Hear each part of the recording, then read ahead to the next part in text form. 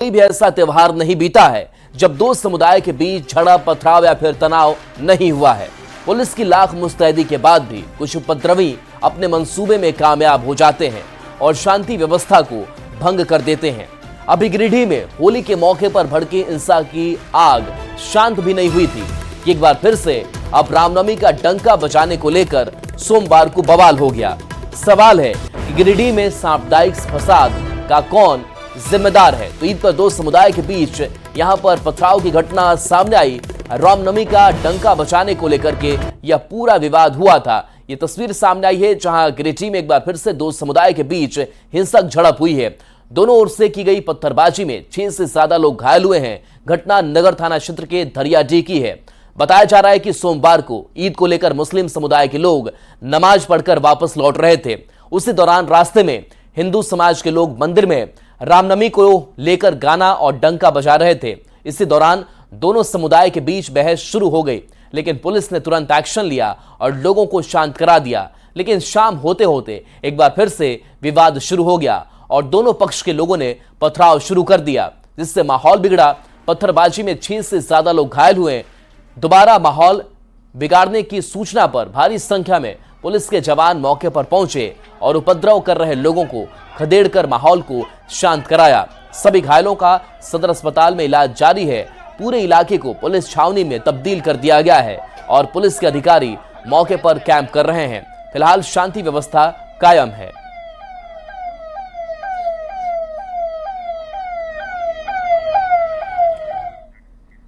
तो गिरिडीह में ईद के दिन रामनवमी का डंका बजाने को लेकर भड़की हिंसा कोई पहला मामला नहीं है। इसके पहले होली के दिन भी 14 मार्च को जब होली का जुलूस निकल रहा था तो गोड़थम्भा में मस्जिद के पास गाना बजाने को लेकर विवाद हुआ था। फिर हिंसा की ऐसी आग भड़की कि कई दुकान और गाड़ियां जलकर खाक हो गई थी। यह मामला अभी पूरी तरह से शांत भी नहीं हुआ था कि कल एक बार फिर ईद के मौके पर नगर थाना क्षेत्र के धरियाडीह में रामनवमी का डंका बजाने को लेकर बवाल हो गया।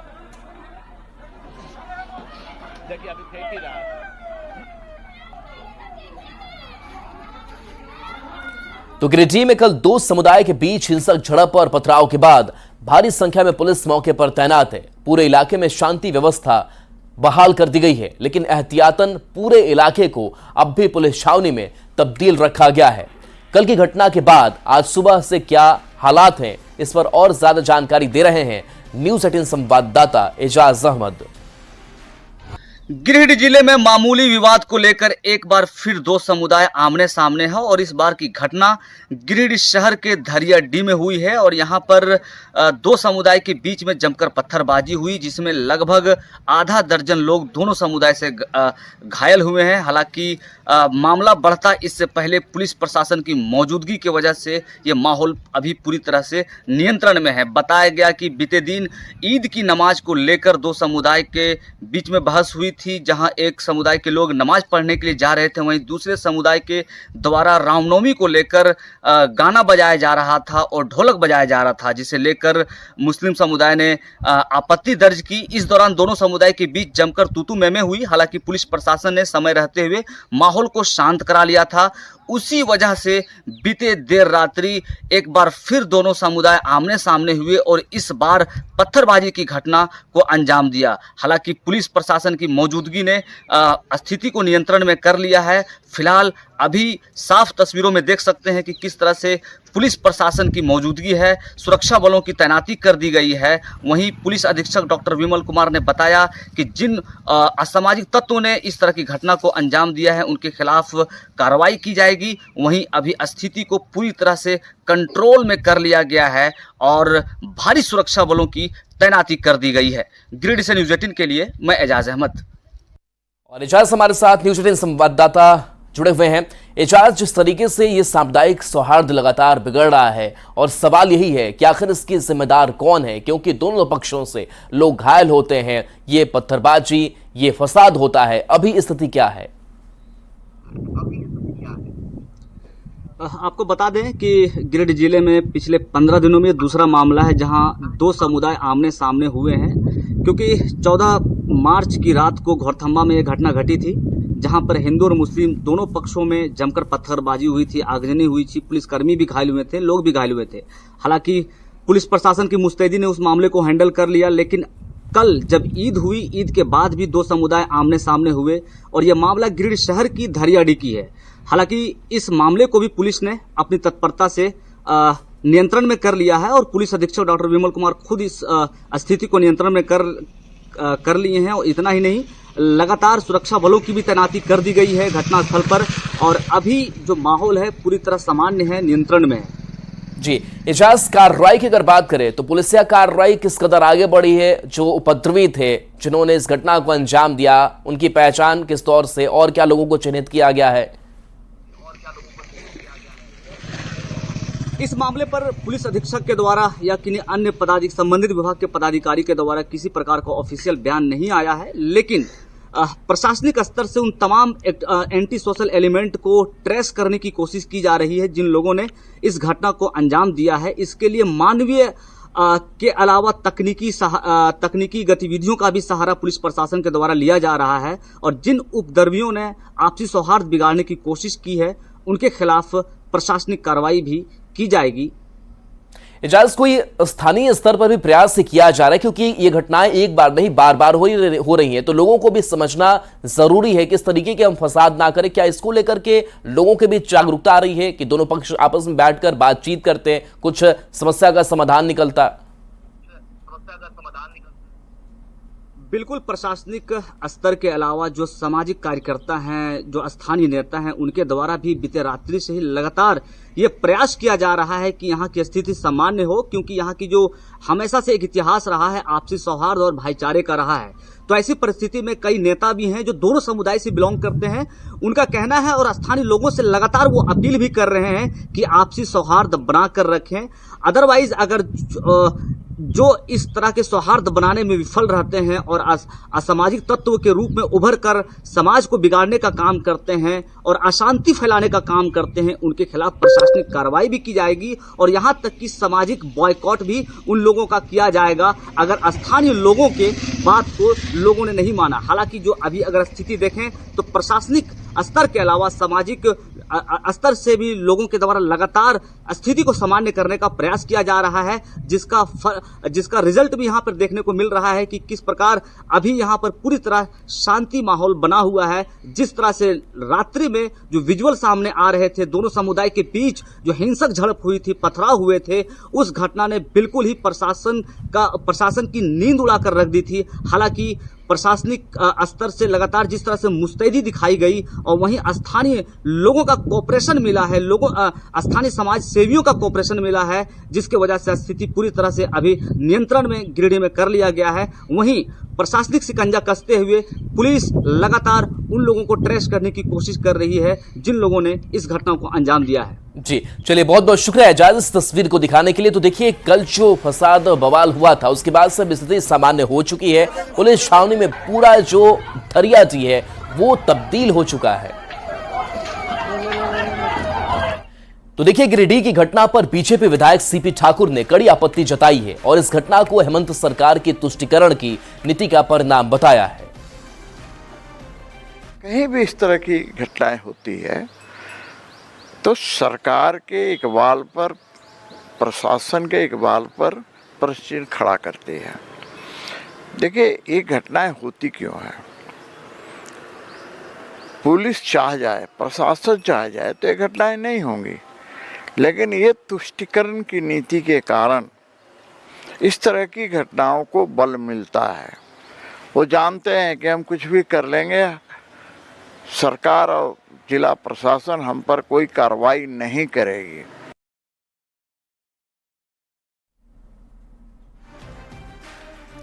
तो समाज में शांति को खतरे की बात सिर्फ गिरिडीह तक ही सीमित नहीं है। रामनवमी को लेकर आज तीसरा मंगला जुलूस निकाला जाना है और हजारीबाग में भी 6 लोगों की घरों की छत पर भारी मात्रा में ईंट पत्थर मिले हैं, जो कहीं ना कहीं एक बड़ी साजिश की तैयारी की ओर इशारा करता है। प्रशासन ने इन सभी घर वालों को नोटिस जारी किया है। बता दें कि 29 मार्च को दूसरा मंगला जुलूस के दौरान पथराव के बाद शांति व्यवस्था को भंग किया गया था, जिसके बाद पुलिस पूरी तरह से अलर्ट मोड में है और पूरे शहर पर ड्रोन से नजर रख रही है। तो देखिए, ये ड्रोन से निगरानी लगातार की जा रही है, लेकिन सवाल कई हैं, क्योंकि बताया जा रहा है कि 6 लोगों की घरों की छत पर भारी मात्रा में ईंट पत्थर मिले हैं, जिसकी तस्वीर हम आप तक पहुंचा रहे हैं। सवाल यही है कि क्या साजिशन ऐसे ईंट पत्थर यहां पर छतों पर रखे जा रहे हैं, जब ये जुलूस निकल रहा है तो उस पर हमला किया जाता है, पत्थरबाजी की जाती है, ईंट पत्थर चलाए जाते हैं।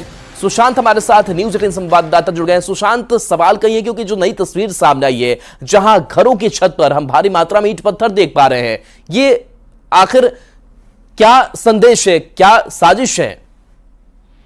देखिए, जहां तक ये ईंट पत्थर की जो बात कही जा रही है, जो प्रशासन के द्वारा जो ड्रोनोग्राफी की गई, उसमें से जो ईंट नजर आ रहे हैं, कुछ आपत्तिजनक जो सामान है, हालांकि इस संदर्भ में जब हमने जानने की प्रयास की तो पता चल रहा है कि कई जगह पे कंस्ट्रक्शन की जो काम है वो छत पर चल रहा था, और उसको लेकर प्रशासन ने हिदायत दी है कि आप जो है समय से पूर्व ही उसे हटा ले, क्योंकि रामनवमी का भी त्योहार है और आज जो है मंगला जुलूस भी है। तो ऐसे में जो है कहीं ना कहीं किसी तरह कोई अप्रिय घटना ना हो, क्योंकि पिछले दिन जो पत्थरबाजी हुई थी, जो मंगला जुलूस में हुई थी, इसको लेकर जो पुलिस प्रशासन वो काफी सख्त नजर आ रही है। लगातार लोगों से अपील किया जा रहा है कि आप कोई भी जो है संवेदनशील वस्तु को अपनी छत पर ना रखे, पत्थर को ना रखे, ईंट को ना रखे, इसी को लेकर किया जा रहा है। लेकिन हाँ, जिन जो लोग थे जिनके छतों पर इस तरीके से जो सामान देखे गए हैं, पत्थर देखे गए, या फिर हम कहें कि ईंट के रोड़े देखे गए, तो उनको नोटिस जारी किया गया। उनमें से शहर के जो है 6 लोग शामिल है। जी, क्या ये जिन घरों पर पत्थर दिखे हैं वो कौन से लोग हैं, उनके बारे में कुछ पहचान?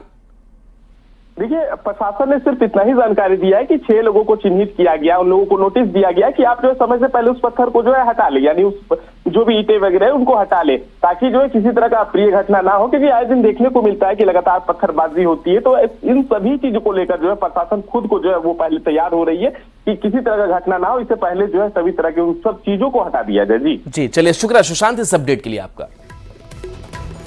तो हजारीबाग में रामनवमी से पहले 29 मार्च को दूसरा मंगला जुलूस पर भी पथराव किया गया था, जिसके बाद से पुलिस लगातार चौकसी बरत रही है।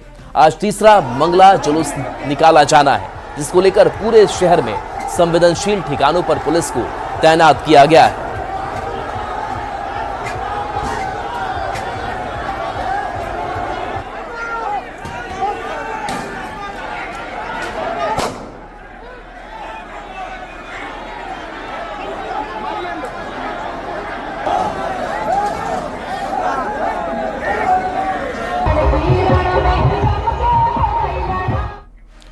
तो देखिए, झारखंड में हिंसा की जो घटना है गिरिडीह और हजारीबाग तक ही सीमित नहीं है। राज्य में शायद ही ऐसा कोई त्योहार होता है जब तनाव या हिंसा की घटना नहीं होती है। तो देखिए, झारखंड में बार बार हिंसा क्यों? 31 मार्च की तस्वीर है, जहां गिरिडीह में हिंसा भड़कती है। हजारीबाग में दूसरा मंगला जुलूस के दौरान 29 मार्च को ही पथराव होता है। इसके बाद 14 मार्च की अगर बात करें, गिरिडीह में होली जुलूस पर पथराव और आगजनी की जाती है। तो कई तारीखें और कई घटनाएं हो रही है। 26 फरवरी की बात करते हैं, हजारीबाग के इचाक में यह घटना होती है। 2024 में सरस्वती पूजा के मौके पर कई जगह बवाल होते हैं। तो जैसे ही ये समय दर समय ये घटनाएं सामने आई है, 2024 में गणेश पूजा के दौरान ये बवाल होता है, दशहरा दुर्गा पूजा के दौरान भी कई बार बवाल हुए, कई खबरें हमने आप तक पहुंचाई। इसके साथ साथ 31 मार्च की अगर बात करें तो गिरिडीह में ईद के दिन रामनवमी का डंका बचाने को लेकर के बवाल होता है। तो ये तस्वीरें हैं, ये डेटा है और ये बता रहे किस तरीके से जो सामुदायिक सौहार्द है वो झारखंड में बिगड़ रहा है। इसका जिम्मेदार कौन है? सवाल कई है कि आखिर हर त्योहार में ये माहौल क्यों बिगड़ता है। तो गिरिडीह में एक बार फिर से हिंसा भड़की, जिसके बाद सवाल यह भी कि गिरिडीह में सांप्रदायिक फसाद का आखिर जिम्मेदार कौन है और कब कार्रवाई होगी। होली के बाद अब ईद पर हिंसा भड़की, जो कई सवाल खड़े करती है। तो होली में जो हिंसा भड़की थी, प्रशासन ने उससे सबक क्यों नहीं लिया? और सवाल यह भी है कि क्या हिंसक झड़प के पीछे कोई बड़ी साजिश हर बार होती है? और सवाल यह भी कि शांति और सौहार्द के दुश्मनों पर कार्रवाई कब तक प्रशासन की तरफ से किया जाएगा? और सवाल यह भी कि होली की हिंसा के बाद प्रशासन ने कोई सबक क्यों नहीं ली?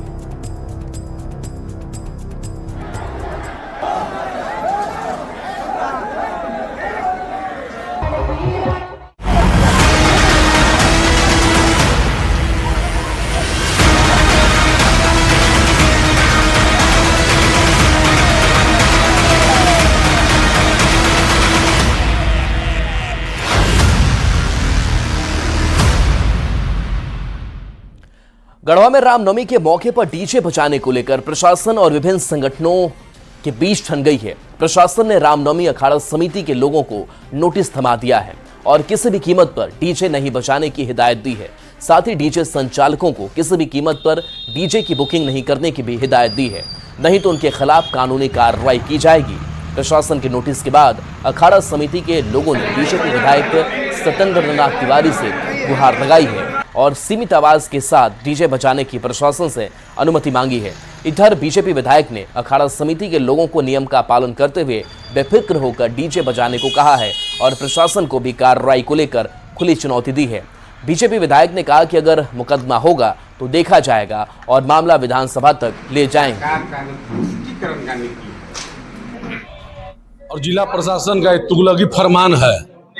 पूर्व में हम लोग बड़ी हर्षोल्लास के साथ काम किए हैं, उत्साह मनाए हैं और अन्य देखा जाए तो जिला प्रशासन के द्वारा भी बहुत जगह कार्यक्रम किया गया है, डीजे बजाकर अन्य जगह भी बजाया गया है और सरकार के जो नुमाइंदे हैं उनके द्वारा ही बजाया जाता है। लेकिन जब हमारा हिंदू का पर्व आता है उस पर आघात किया जाता है। हम जिला प्रशासन से यही अनुरोध करेंगे कि हर साल जिस टाइप से हम लोग अपना रामनवमी मनाते हैं, इस बार भी हमको अनुमति दे कि हम लोग हर उल्लास के साथ रामनवमी अपना पर्व मनाएं। नहीं, अखाड़ा अब प्रशासन आमने सामने डीजे पर नहीं है, इंटेंसिटी पर है, उस ध्वनि की तीव्रता पर है। हम कह सकते हैं कि सुप्रीम कोर्ट का यह निर्णय कभी नहीं हो सकता है कि with in limit, with in intensity of sound आपको प्रतिबंधित किया जाता है, ऐसा कहीं नहीं है। डीजे बजेगा लेकिन विद इन लिमिट बजेगा और अखाड़ा के लोगों को मैं आश्वस्त किया हूं, मैं भी उस दिन रहूंगा। देखता हूं प्रशासन क्या बोलता है। मुकदमा होगा तो मुकदमा से तो डरने वाले हैं नहीं। It was a good meeting and हम लोग उम्मीद करते हैं कि बहुत अच्छे ढंग से, जिस तरीके से आज तक गढ़वा में कभी कोई ऐसा इंसिडेंट नहीं हुआ ऐसे ओकेजन्स में, इस बार भी हम लोग इंसिडेंट फ्री निकालेंगे। देखिए, डीजे के बारे में एक बात तो स्पष्ट है, ऑनरेबल सुप्रीम कोर्ट का जो भी गाइडलाइंस है उसको स्ट्रिक्टली फॉलो करना है। रांची से बड़ी खबर, जहां सिरमटुली फ्लाईओवर विवाद प्रदर्शन मामले में 21 पर एफआईआर दर्ज की गई है। पूर्व मंत्री गीताश्री उरांव पर भी केस दर्ज हुआ है। बता दें कि 30 मार्च को प्रदर्शन हुआ था। बैरिकेडिंग तोड़ने के मामले में ये एफआईआर दर्ज की गई है। रैंप का गार्डवाल को भी नुकसान पहुंचा था। 150 से ज्यादा अज्ञात पर एफआईआर दर्ज की गई है। तो देखिए, पूर्व मंत्री गीताश्री उरांव पर भी एफआईआर ये की गई है। ओम प्रकाश हमारे साथ, न्यूज 18 संवाददाता। ओम प्रकाश, अब और भी कुछ नए लोगों पर एफआईआर दर्ज, जिसमें पूर्व मंत्री गीताश्री उरांव भी शामिल हैं, क्या अपडेट अभी? जी बिल्कुल, अगर बात की जाए तो 30 मार्च को जो आदिवासी समुदाय के द्वारा रैंप को क्षतिग्रस्त करने के इरादे से आगे बढ़ा गया था, उस दरमियान पुलिस की 2 बैरिकेडिंग भी लगी हुई थी, उसे भी तोड़ दिया गया था।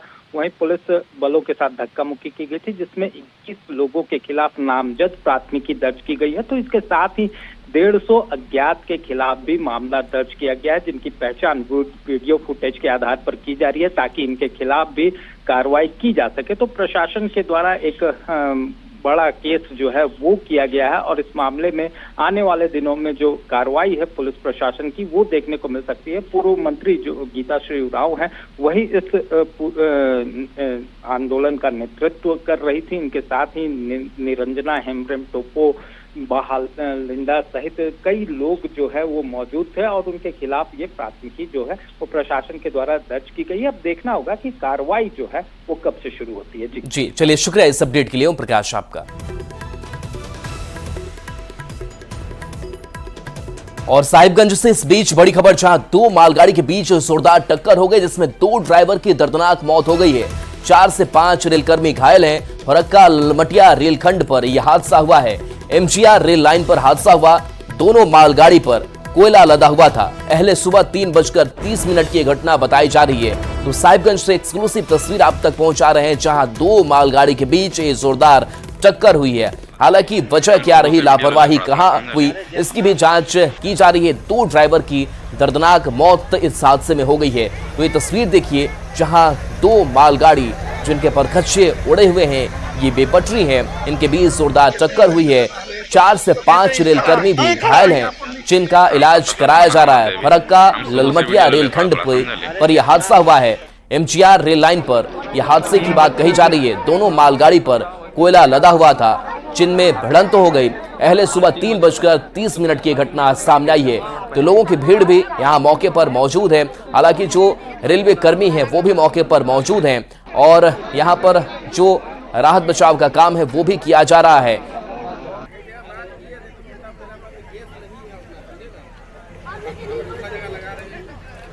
तो देखिए एक्सक्लूसिव तस्वीर आपको दिखा रहे हैं, जहां देखिए दो मालगाड़ी जिनकी आपस में टक्कर हो गई है। हालांकि किन हालातों में ये टक्कर हुई इसकी पूरी जानकारी रेलवे की तरफ से जुटाई जा रही है। रेलवे के कर्मी वहां पर मौजूद हैं और कोशिश ये की जा रही है कि इस रूट पर रेलवे का जो परिचालन है उसे सामान्य किया जा सके। तो ये तस्वीर देखकर आप अंदाजा लगा सकते हैं कि किस तरीके से ये जो मालगाड़ी है वो पटरी छोड़ करके नीचे इस जंगल में गिरी हुई दिखाई दे रही है, जहां आसपास पेड़ पौधे हैं। इलाका काफी खाली है और देखिए कई जगहों पर थोड़ी सी आग जो है वो भी लगी हुई है, जिसको बुझाते हुए वहां पर कर्मी दिखाई दे रहे हैं।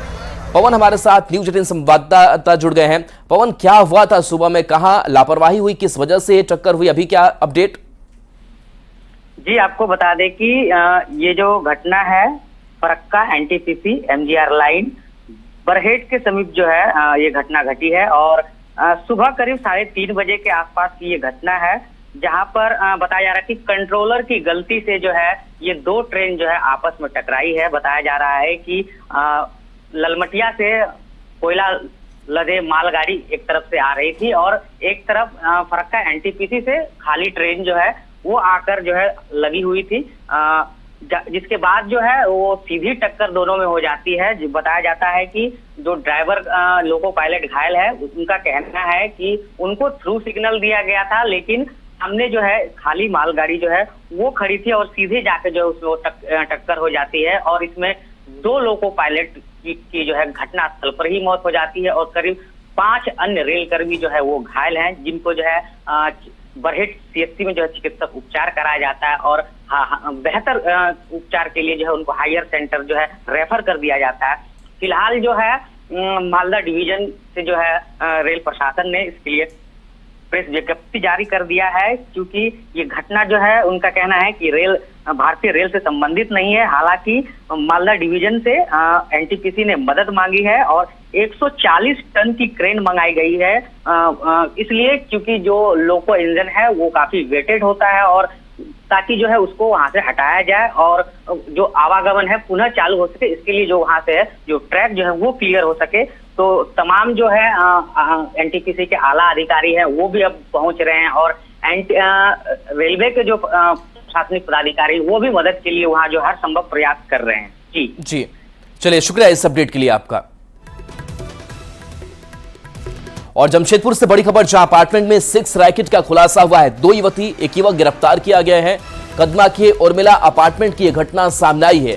पुलिस ने देर रात छापेमारी की। फ्लैट मालिक का पता पुलिस लगा रही है। गिरफ्तार लोगों से भी पूछताछ की जा रही है। तो जमशेदपुर से ये बड़ी खबर, जहां अपार्टमेंट में 6 रैकेट चल रहा था और यहां से 2 युवती, एक युवक की गिरफ्तारी हुई है। तस्वीर आप तक पहुंचा रहे हैं। कदमा के उर्मिला अपार्टमेंट की ये घटना सामने आई है। पुलिस को सूचना मिली, इसके बाद से वहां छापेमारी की गई। पुलिस ने देर रात छापेमारी की। फ्लैट मालिक का पता भी पुलिस लगा रही है।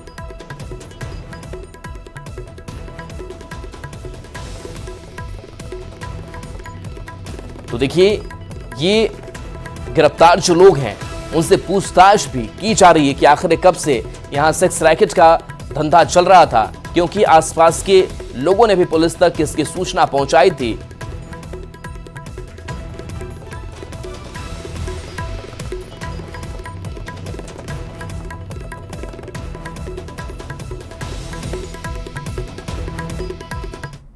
और चलिए न्यूज